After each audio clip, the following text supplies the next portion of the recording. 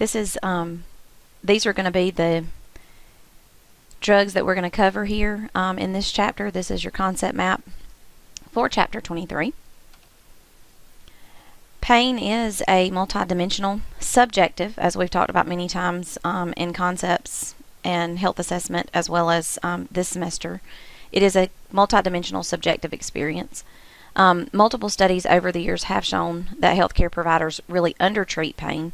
However, I will interject here, I think that all those studies that have shown that we undertreat pain, it has actually led to an overprescribing of opioid analgesics and has caused an epidemic now of people who are addicted to pain medications because of the fact that doctors were so scared there for a while to get dinged by insurance and all for undertreating pain.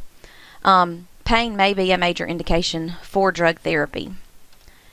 Here are different scales that we use in having someone to rate their pain for us. Someone who has good intact cognitive function, as well as someone who can understand what we're asking them, can give it to us on that 0 to 10 scale.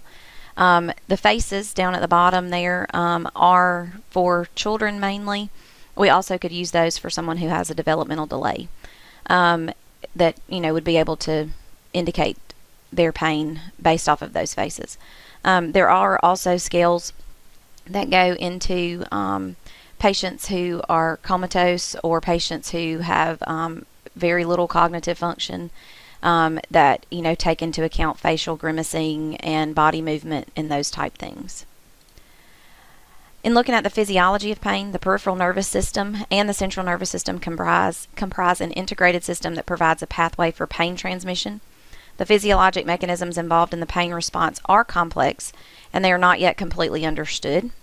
Transduction, and I'll just say, make sure that you look at those keywords there in the chapter, one of which being transduction. It is the term that is used to describe the phenomena that is associated with the initiation of a pain signal. And pain receptors are found on the peripheral end plates of afferent neurons. And just as a review, your afferent neurons are those neurons that carry signals into the central nervous system, whereas your efferent neurons are the ones that carry signals from the central nervous system to the periphery. This slide here of the figure, it is figure 23.1 in your book, and it's located on page 406. That it just goes over again that physiology of the pain response. There are different components that influence pain. Pain does have a sensory, discriminative, or physical type component, and affective, motivational, or emotional components. The sensory dimension of pain encompasses the pain's location, its intensity, and its quality. So in thinking about the things that I can use my senses to tell you about my pain, I can tell you where I hurt. I can tell you how bad I hurt. I can tell you what kind of hurt I have. And then stimulation of the limbic system produces the emotional response to the physical stimulus of pain. Inhibition of pain and transmission of painful stimuli occur in various regions of the brain. Also, in talking about that, there is transmission, another one of those words that I would say make sure you understand.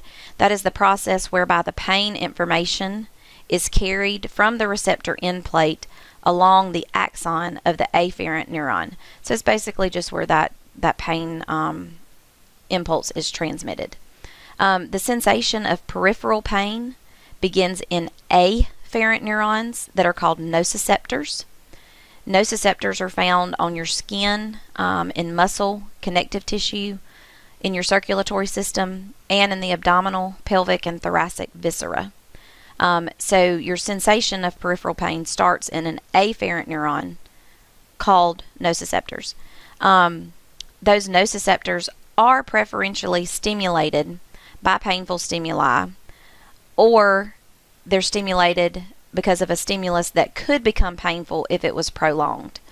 Those include mechanical stimuli, thermal stimuli, Hormonal stimuli, when we're talking about hormonal stimuli, we're talking about namely prostaglandins, which we covered last week in the mild to moderate pain section, or chemical stimuli, mainly chemical stimuli being histamine, bradykinin, and serotonin, which are all released during cellular destruction.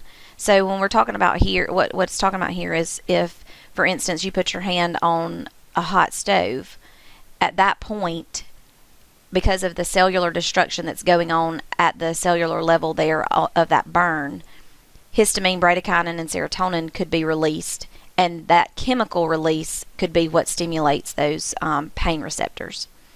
When you're talking about the affective or the sensory dimension of pain, the affective aspects of pain relate to the way that pain influences a patient's well-being, such as whether it's perceived as annoying, torturous, or killing type pain. And also in talking about your nociceptors, there are two different types of nociceptors. There are the delta fibers. Delta fibers are the ones that are fast traveling, myelinated, and they are responsive to mechanical stimuli. They're the fibers that tell you that can sense whether the pain is sharp, stinging, cutting, or pinching type pain. And then also there are C fibers, which are slow traveling, unmyelinated fibers, and they are responsive to mechanical, chemical, hormonal, or thermal stimuli. They are the fibers that can sense whether it is dull, burning, or aching type pain. In continuing on with the components that influence pain, inhibitory substances such as endogenous opioids, serotonin, norepinephrine, and gamma aminobutyric acid, or GABA, are released into nerve synapses. These substances bind with receptors on the primary afferent and dorsal horn neurons to prevent further transmission of painful stimuli. In talking about types of pain, nociceptic pain is pain that is caused by the activation of the delta and C nociceptors in response to painful stimuli, such as injury. Neuropathic pain is the term that is used to represent pain in which the underlying pathology is an abnormal processing of stimuli in the peripheral or central nervous systems. Acute pain, meaning the immediate phase of response to an insult or injury, results from tissue damage. And then chronic pain may persist well beyond the actual tissue injury and healing. One thing, just like we've talked about many times in all of the different lectures we've done so far, yes, medications are important regardless of what system you're talking about. However, we should always focus on education and ways to help our patient to non-pharmacologically handle whatever their problem is. And here, this is a table that's in your book. It's table 23.1. It's located on page 409. These are non-pharmacologic techniques that are used in pain control. And those you will find a lot of pain management facilities that will be going, that go to a lot of this and do a lot of this in conjunction with writing pain medications.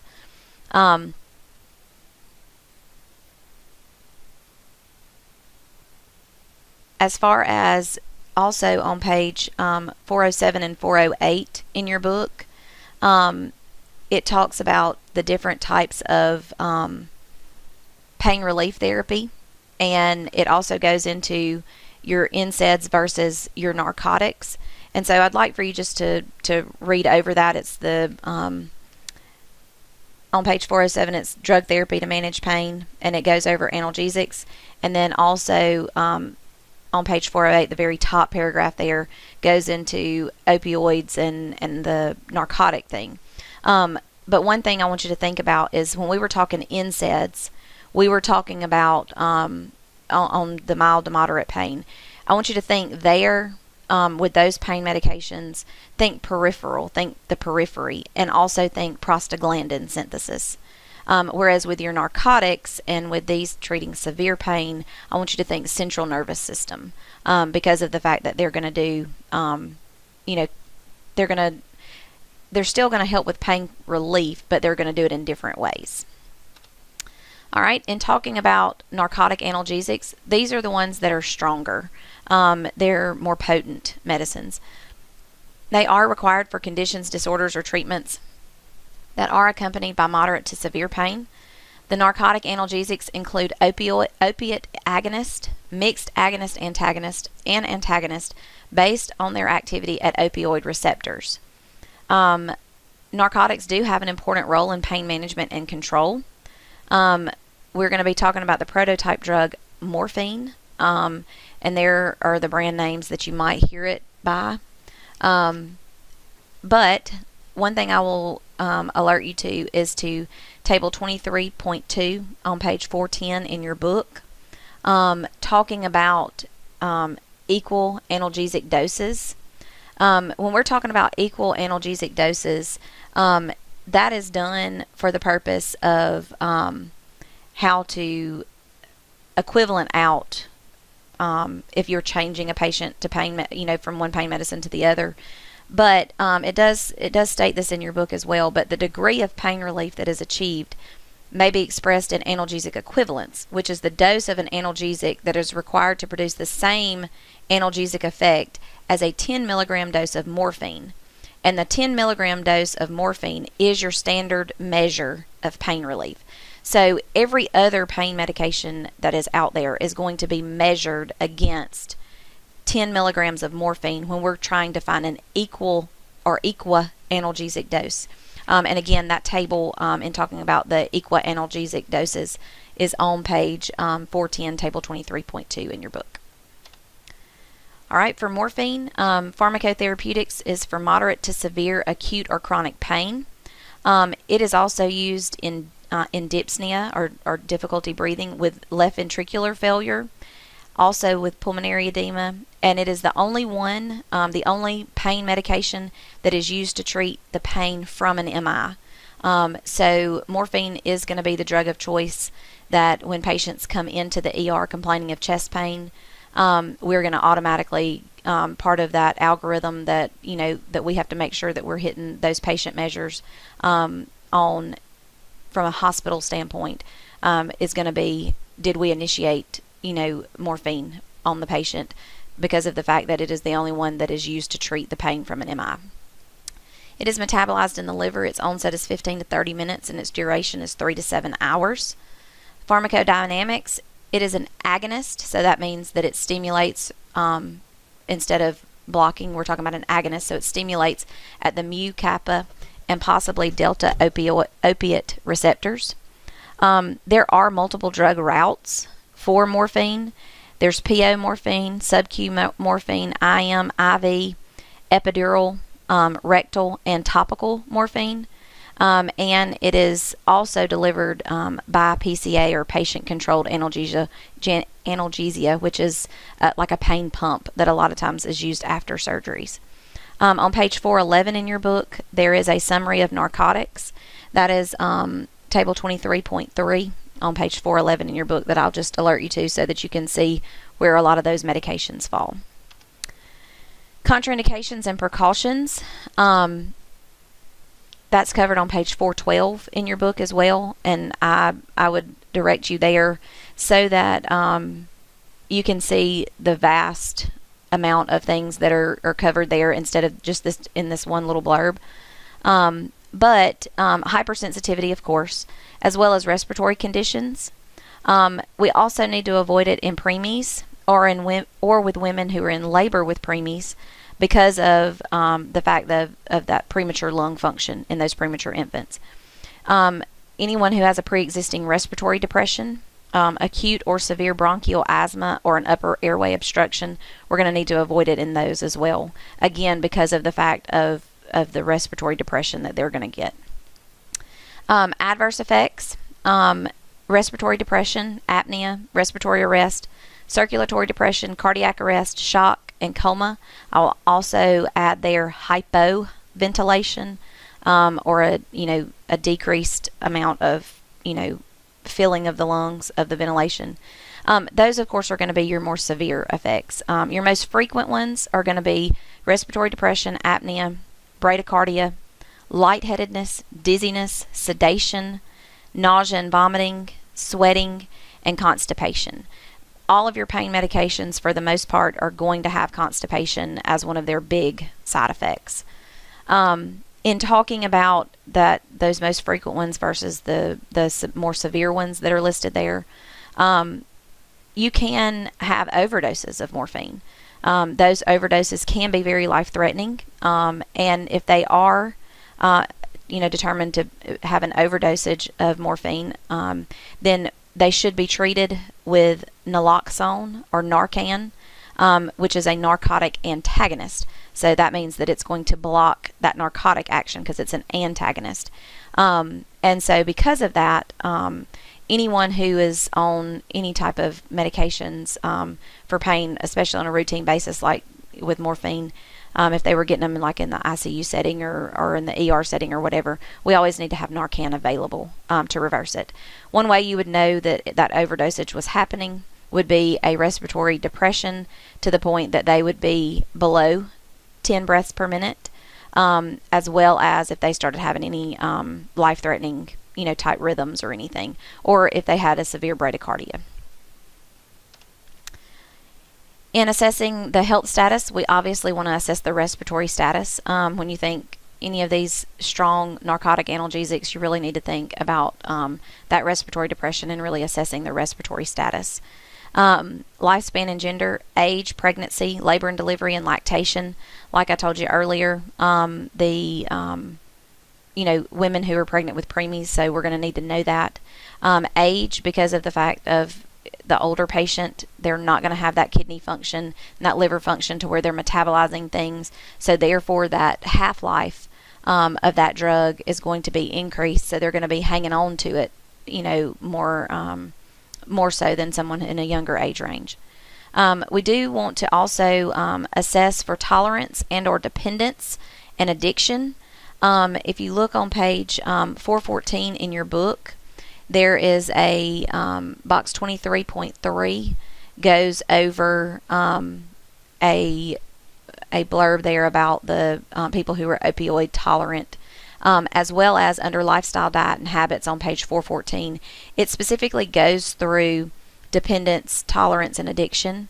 One thing that I will note there is a difference between someone being dependent on a drug and someone being addicted to a drug. Someone who is addicted to a drug, they constantly they're wanting that euphoria feeling, they're wanting that that high, so to speak, that they get off the medicine. So therefore, whereas 10 milligrams may hold me this week, next week I want 20, and then the next week I want 30, because of the fact that I'm addicted to it. I want more of it. I crave more of it to get a bigger high.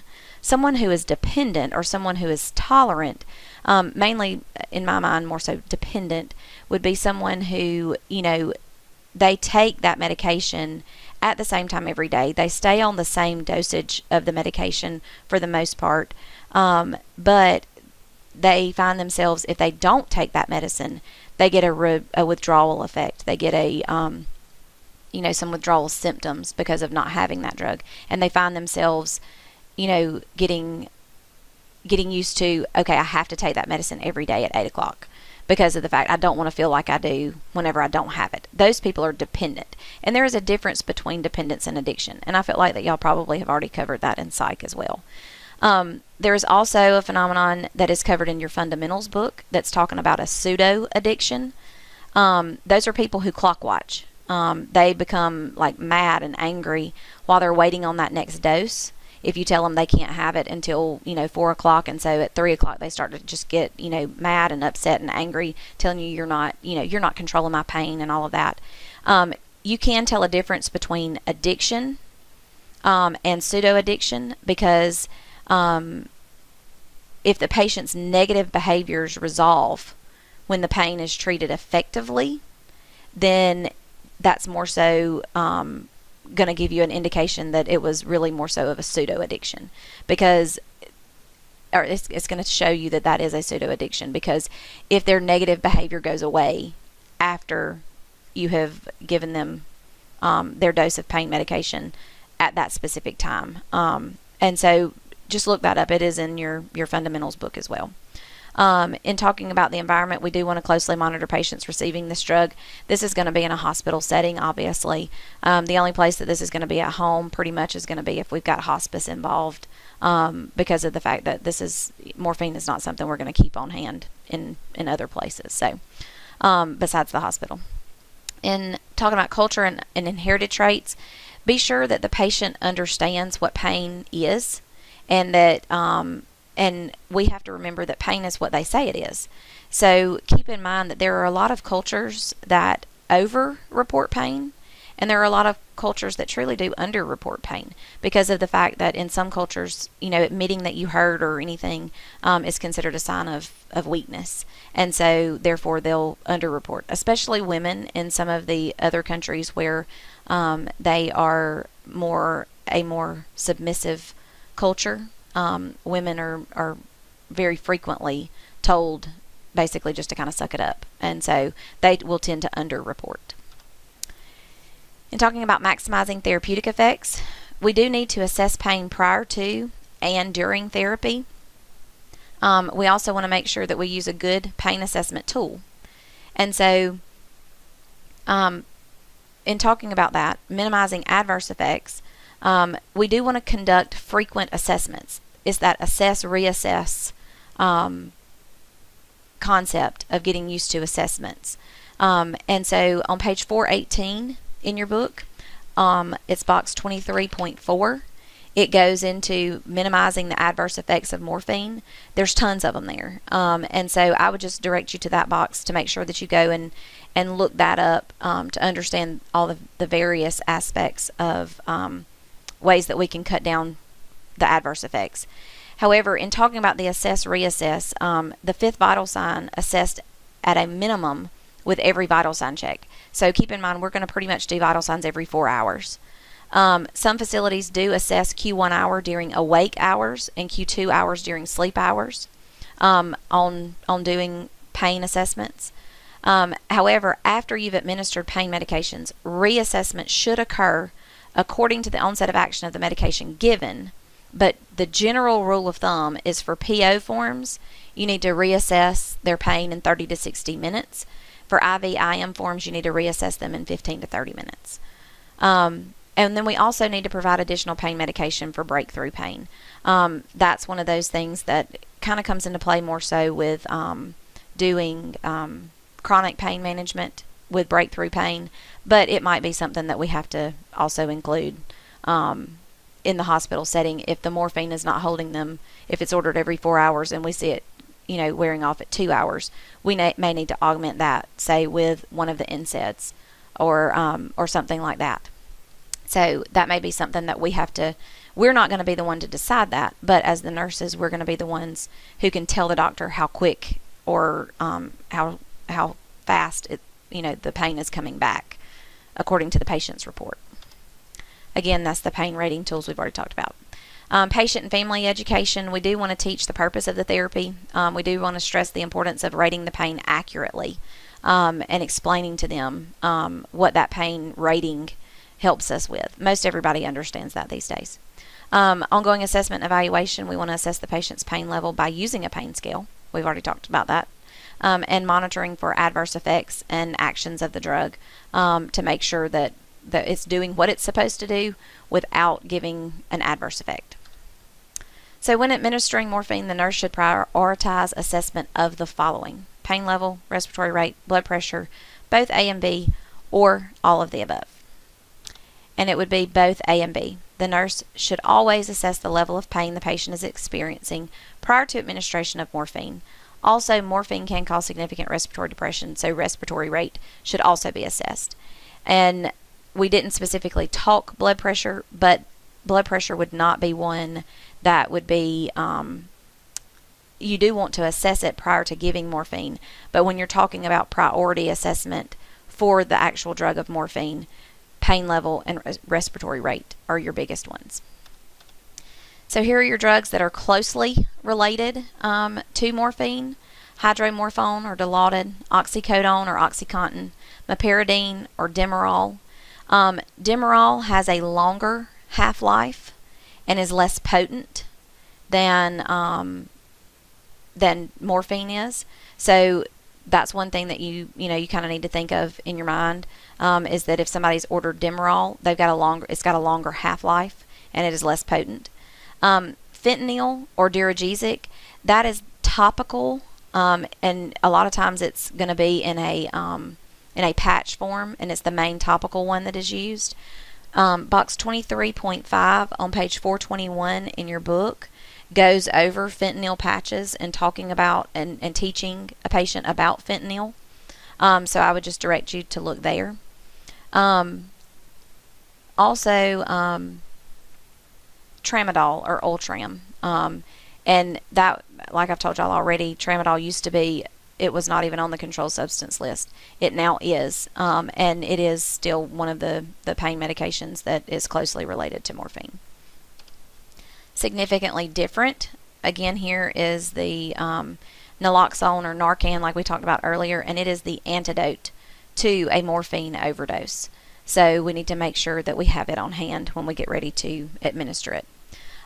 Your memory chip that's on page 420 on morphine, we've already kind of talked about, those things that are there, the major contraindications, the most common adverse effects, the most serious adverse effect being respiratory depression.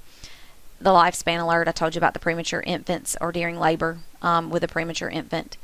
Again, monitoring vital signs, especially respiratory rate, frequently, and having the antidote Narcan on hand. Most important patient education for long-term use in cancer pain. Physical dependency will develop. This is not the same as addiction and not an appropriate reason to withhold the drug.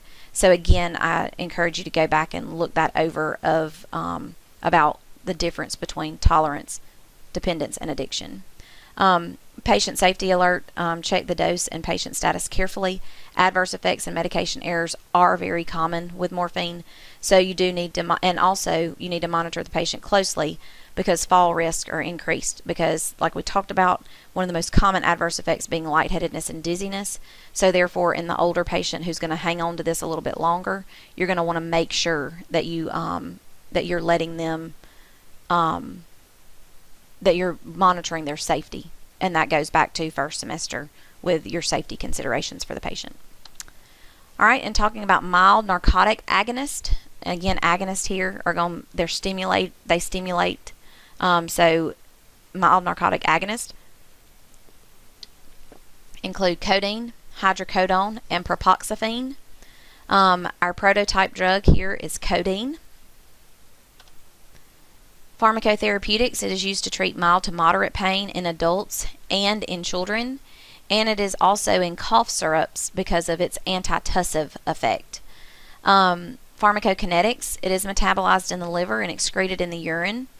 It is absorbed from the GI tract. It peaks in 1 to 2 hours. It does cross the placenta and is secreted in breast milk. Pharmacodynamics, it acts at specific opioid receptors in the CNS to produce analgesia, euphoria, and sedation. Given in the PO form, it is generally tablets, and usually it's in a combination with an NSAID type pill. But it also does come in a syrup form, in liquid, as well as in an injectable form. And those are all listed in that table on page 411 in talking about the ways that that the different narcotics are listed. All right. Contraindications and precautions for this drug on page 423 is where it goes into talking about that. It is not given with other narcotics, and we also need to use caution with patients, with respiratory patients with this drug as well, specifically with asthma and emphysema, because of the fact that we don't want to cause them to have more respiratory depression. Adverse effects: drowsiness, sedation, dry mouth, nausea and vomiting, and constipation. It has a low risk of adverse effects when it's used at the appropriate dosage as an antitussive. So in the liquid form, in the cough syrup form, if it's given at the appropriate dosage, it has a very low risk of adverse effects. The other one that is not mentioned in this specific list, but is mentioned in your book, that I frequently see in prescribing, and taking care of patients or whatever, that they will complain about more than anything will be rashes and itching, both of which are very frequently reported. Also nausea and vomiting, very big with codeine. Drug interactions, antihistamines, phenothiazines, barbiturates, tricyclic antidepressants, cimetidine, and alcohol. And what you need to think there is mainly any drug that's going to cause any additional CNS depression, because of the fact that you're going to get an additive effect there. Table 23.5 in your book goes over agents that interact with codeine.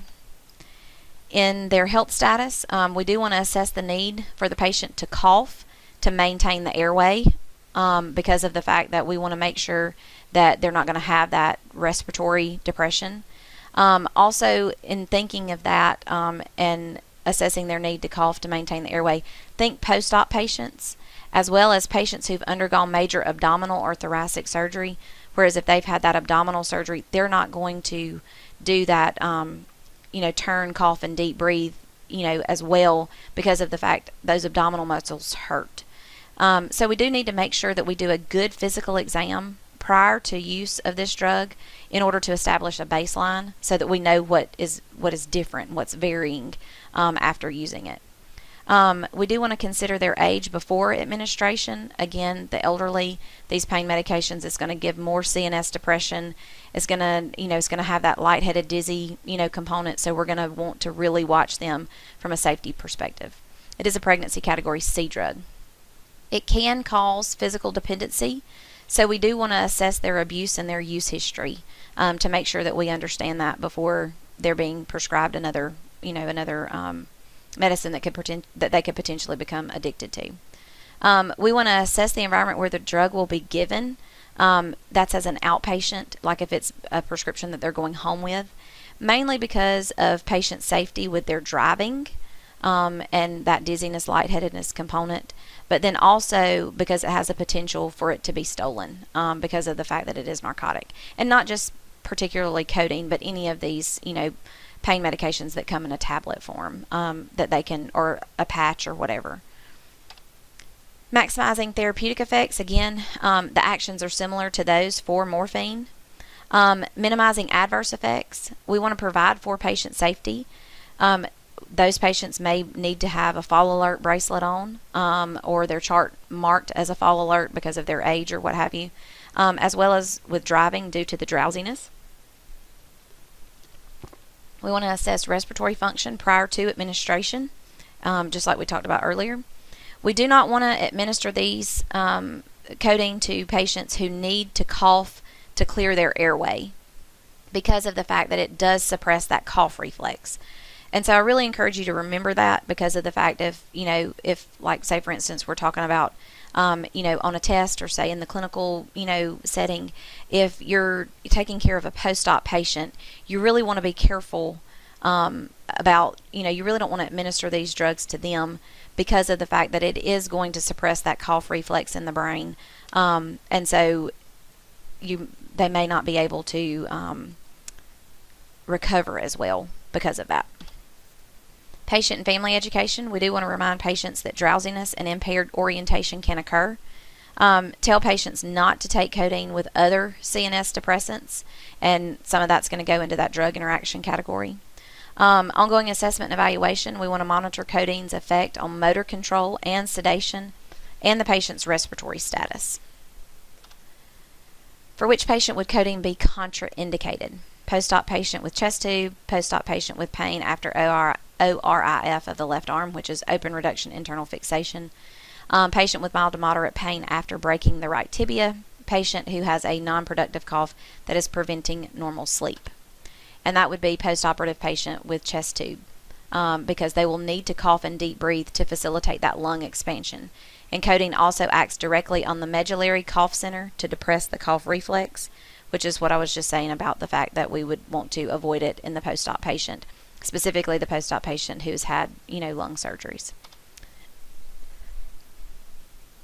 Closely related drugs, hydrocodone, Lortab, Lorcet, Vicodin, Vicaprofen, They don't excuse me, they don't come by those names pretty much anymore, because of the fact that the FDA pulled all of the Lortab formulations that had any Tylenol or acetaminophen component greater than 325 milligrams. So now what patients are able to get is actually Norco, which only has 325 milligrams of acetaminophen, but still same principle, is hydrocodone. All right, narcotic agonist antagonist. Some narcotic analgesics have a mixed opioid effect, being an agonist at some receptors and an antagonist at others. Our prototype drug here is pentazocine or Talwin. It's pharmacotherapeutics. It is an agonist. It's a stimulant to control pain. It is well absorbed orally and from the sub-Q and IM routes. A small portion is not metabolized and is excreted in the urine. It has hepatic metabolism. It has a very substantial first pass effect. So make sure that you understand what first pass effect means and how it would, affect this drug. Peaks in 1 to 3 hours, and its duration is 3 hours, and it does cross the placenta. It has mixed agonist-antagonist properties. It stimulates kappa receptors, such as morphine does, but also exhibits weak antagonist effects at the mu receptors. So it is thought that it is actually stimulating on some receptors to actually give you the pain relief, but also it's blocking some of the other pain receptors that could be where the pain's coming from. So that's why it's an agonist-antagonist. Its contraindications and precautions: hypersensitivity. Also, again, use caution with respiratory conditions. It may cause an allergic reaction in patients that are allergic to sulfites, and that is more common in asthmatic patients. So we do want to make sure to assess for that. Adverse effects: nausea, vomiting, dizziness or lightheadedness, respiratory depression, and euphoria. It causes little respiratory depression because of its antagonist action at the mu receptors. So yes, it does have respiratory depression in there, but it's not the main adverse effect you're going to see. And the reason why is because because of its antagonist action at the mu receptors. Your drug interactions are listed on page 426 in your book, table 23.6. That goes over the agents that interact with pentazocine, but specifically alcohol and CNS depressants. So pretty much anything that's going to depress the central nervous system is going to be an interaction with these drugs. Health status: we want to assess for contraindications and for hepatic disease, because of the decreased metabolism, which increases the chance of adverse effects. Because again, like I've told you before, if you think liver, think metabolism. If you think metabolism, think liver. So if they have any type of hepatic disease, their metabolism is going to be delayed or slowed down, which is going to increase their chance of adverse effects. The IV form should not be given to MI patients because of its cardiac effects. And make sure that that's straight out of your book. I was trying to see if it was going to gave a reason or what specific cardiac effects, but in the IV form it should not be given to MI patients. It is a pregnancy category C drug. We do need to assess for the abuse potential. On page 426, it goes into talking about the T's and blues. A common form of pentazocine abuse is called the T's and blues. The T's refer to oral doses of pentazocine under its trade name Talwin, and the blues refers to tryptylamine, trade name PBZ, which is a histamine 1 antihistamine. In this abused form, tablets are dissolved in tap water, filtered, and then injected intravenously as a substitute for heroin. The most frequent and serious complication of this form of addiction is pulmonary disease. And so because of that, pentazocine with naloxone, which is called Talwin NX, that has been produced now in an effort to decrease the prevalence of this abuse. So, like we've talked about, naloxone is the antidote for morphine overdose. Also, would be the antidote for a majority of these narcotic analgesics, as well, specifically with pentazocine. But they got smart and they made those tablets to also have naloxone in there so that they couldn't have that abuse potential with the T's and blues, like is talked about here. The environment, we do want to assess where the environment where the drug will be given. Oral forms can be given at home, but again, that abuse history, that use potential, as well as the potential of, do they have family members that, are having, that have an addiction history and all. Maximizing therapeutic effects, we do want to provide environmental controls to reduce sensory stimuli and to aid relaxation. Again, those non-pharmacologic pain relief options. Minimizing adverse effects, we want to ensure that safety precautions are used. In cases of overdoses, naloxone is indicated. We want to teach the patient about adverse effects, and we want to teach them how to take the medication properly. We do want to monitor the effect of pentazocine on motor control, sedation, and pain. Again, motor control and sedation because of that patient safety, that whole patient safety thing. We want to make sure that that we know how it's going to affect them. Adequate pain control should be achieved without adverse effects. Patients with chronic liver disease should not be given pentazocine because of increased metabolism of the drug. False. Chronic liver disease decreases metabolism of pentazocine. All right, and then closely related drugs are butorphanol or Stadol and nalbuphine or Nubane. And so those are ones that you'll want to make sure that you just know that they are closely related to pentazocine. This is a slide about some of the new opioid analgesics that I included in here last semester because there are so many that have come out now because of the high opioid abuse and addiction here in the United States. And so you can just read over those. I just mainly wanted you to know some of the ones that are out there now. And as you can see, that last bullet point, plus many, many others that are already to market and coming to market. So just stay up to date on your new drugs that are constantly coming out in this class because of the fact that it changes, truthfully, year to year. I would almost say day to day, but that's a little too quick. But, year to year, it is changed. And they do that because they're trying to get smarter to outsmart the people who are, who are abusing these drugs.